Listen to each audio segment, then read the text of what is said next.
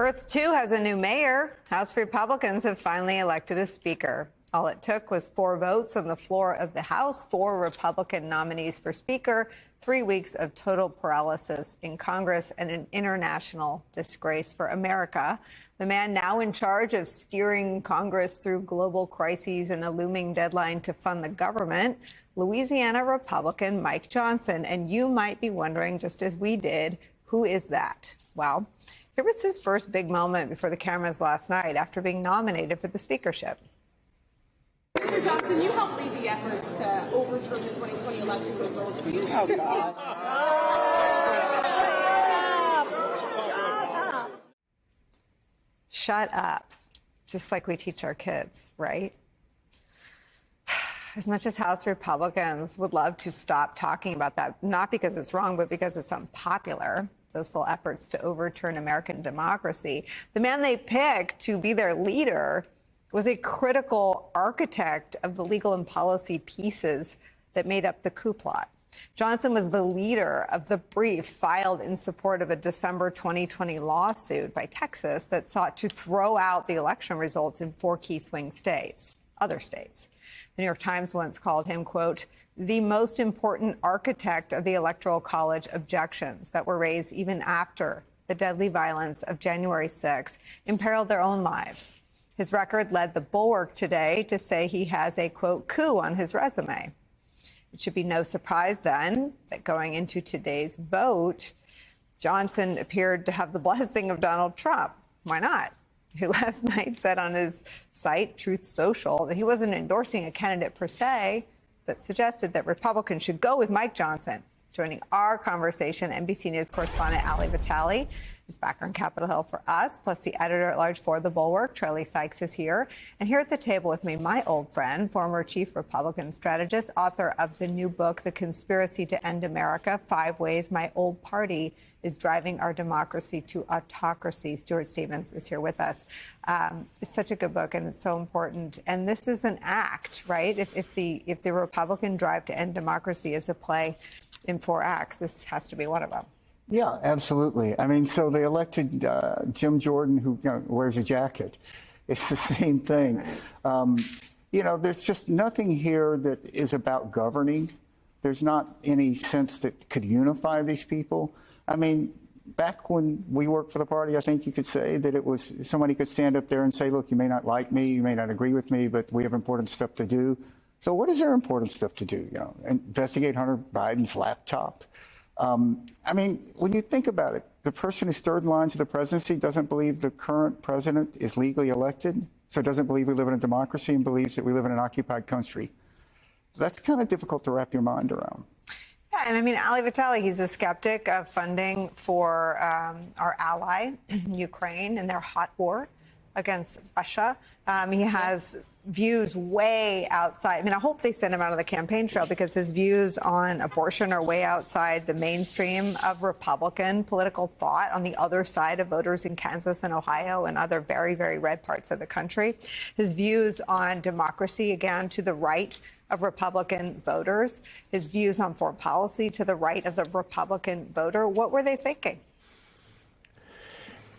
Well, Stuart Stevens said what I was also told by some folks who were starting to parse through the Mike Johnson record, which is he's Jim Jordan with a jacket and a smile. That's something that when you actually start parsing through the policy comes through very clearly, that this is someone who maybe without the publicity and fanfare is certainly working in lockstep on the same ideological and ethos ideas that people like Jim Jordan and Steve Scalise have been talking about over the course of the last several years. He just hasn't been doing it as often on Fox News. But this is who they ended up with. And I think it takes me back to yesterday when you and I were having this conversation, albeit at that point it was chaos because we didn't know who the speaker was going to be. At least now there is a speaker for the first time in over 3 weeks. But the conversation that you and I were having was that it's part and parcel to the Republican conference platform in the House right now to have anti-small d Democratic values. And so it shouldn't be striking that the person that they put put up for this job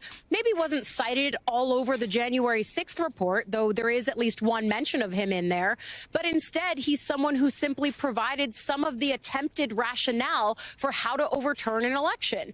And I'm glad, frankly, that you played the clip from last night when they invited reporters in for a quote-unquote press conference and then said no policy questions. But I tried similarly today when he walked down the very steps that I'm standing on right now and spoke with reporters for, once again, what they called a press conference and didn't take questions. I shouted quite loudly about whether or not he thought the 2020 election results were legitimizing for Biden and if he believed that Biden was the legitimately elected president of the United States. And he once again ignored those questions. And so I know that some people might say it's in the past, but certainly January 6th and 2020 loom so large over this building every single day. And now you have someone in the presidential line of succession who helped with that rationale in a key way that Republican members of Congress were using his legal bases that were, of course, flimsy and non-constitutional, but were trying to use them as their rationale for why they voted against certifying the election results. I think that that's extremely striking and speaks to where the party is right now.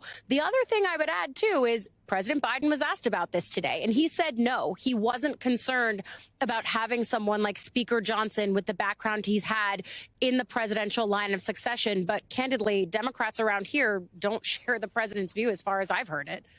Ali, let me play you something that happened there when Congressman Aguilar nominated Leader Jeffries. This has been about one thing. This has been about who can appease Donald Trump.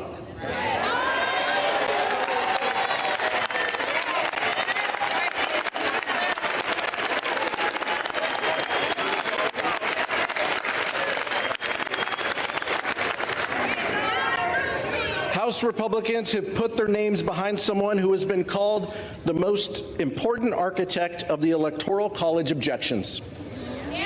He's spearheaded. That's fair. That's fair. We know how you feel. Yeah, you've made that clear. House Democrats believe that when members of this body voted to reject the results of the 2020 election, they forfeited their ability to lead this chamber.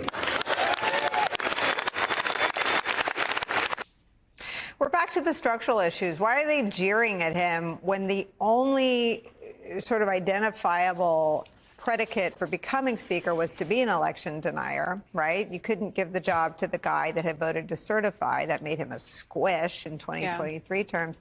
Why then jeer? I mean, why not own what was the very central animating position you had to have be the speaker? Well, I believe it was Congresswoman Anna Paulina Luna who said damn right in response to Pete Aguilar pointing out the factual, which is that the New York Times did call now Speaker Johnson a key architect of the Electoral College strategy that the Trump campaign and his allies tried to use to overturn the election results. The fact that she said damn right actually is saying the quiet part out loud. And I'm glad that Aguilar punctuated it as so, because now everyone knows where everyone stands. And I know that you and I and all of us who follow this very professionally and consistently all knew where everyone stood anyway.